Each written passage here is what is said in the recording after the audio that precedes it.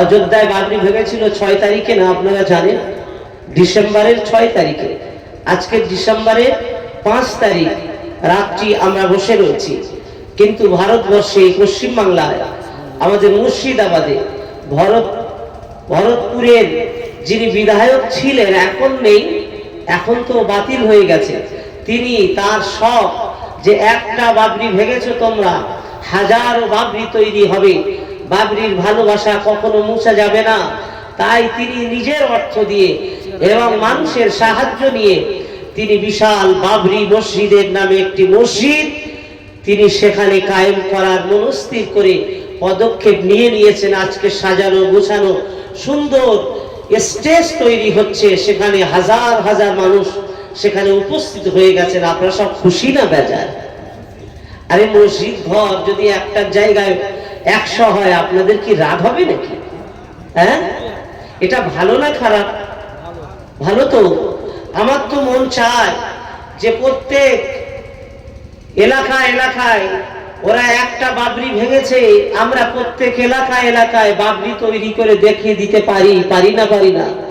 কিন্তু আমরা সম্প্রীতিকে ভালোবাসি, আমরা উচ্ছৃঙ্খল জাতি নয়। মুসলমান সুশৃঙ্খল একটি জাতি। জোরে বলেন না সুবহানাল্লাহ।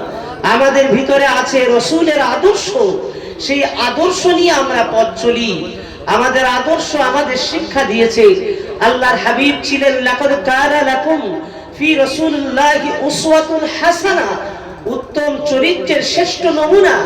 মুসলমানরা তো নবীর চরিত্রে চরিত্রিত হয়েছে, নবীর চরিত্রে নিজেদের আদর্শকে তৈরি করেছেন। আমরা কখনো কারোর উপরে বিদ্রুপ করি না, কারো প্রতি হিংসা করি না, কারো প্রতি বিদ্বেষ করি না। সকল ধর্মীয় মানুষকে আমরা শ্রদ্ধা করি।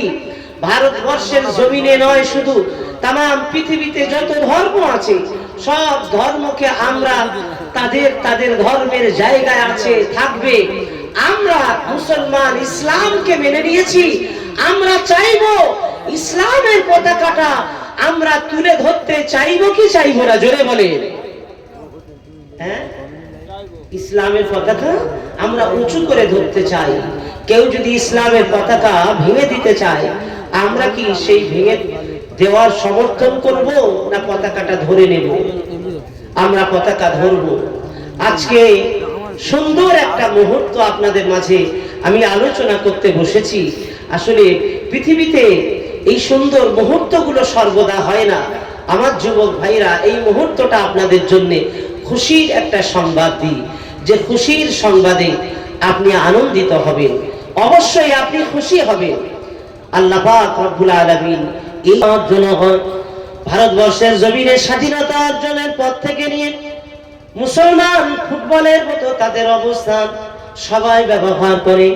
মুসলমান বড় আশা করলো, যে আশার বিনিময় মুসলমানরা ভাবলো একটা আশার আলো পেয়েছি।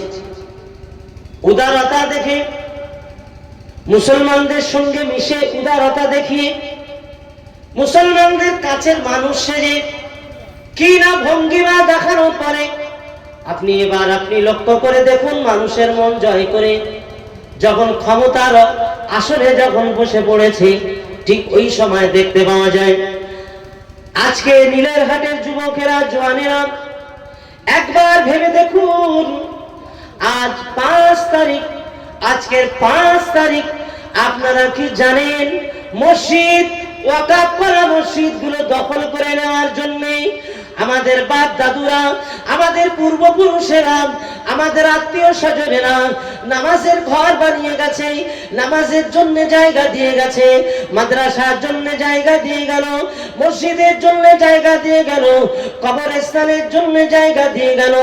সেই সমস্ত জায়গা আল্লাহর সম্পদগুলো যখন আমাদের পূর্বপুরুষেরা দিয়ে গেছে, সেই আল্লাহর দেওয়া সম্পদগুলো দখল করার জন্য এই ভারতের জমিনে যারা রাজত্ব করছে, সুকৌশলে আমাদের কাছ থেকে নিয়ে নেওয়ার জন্য কত না রাস্তা তৈরি করেছে, একবার ভেবে দেখুন।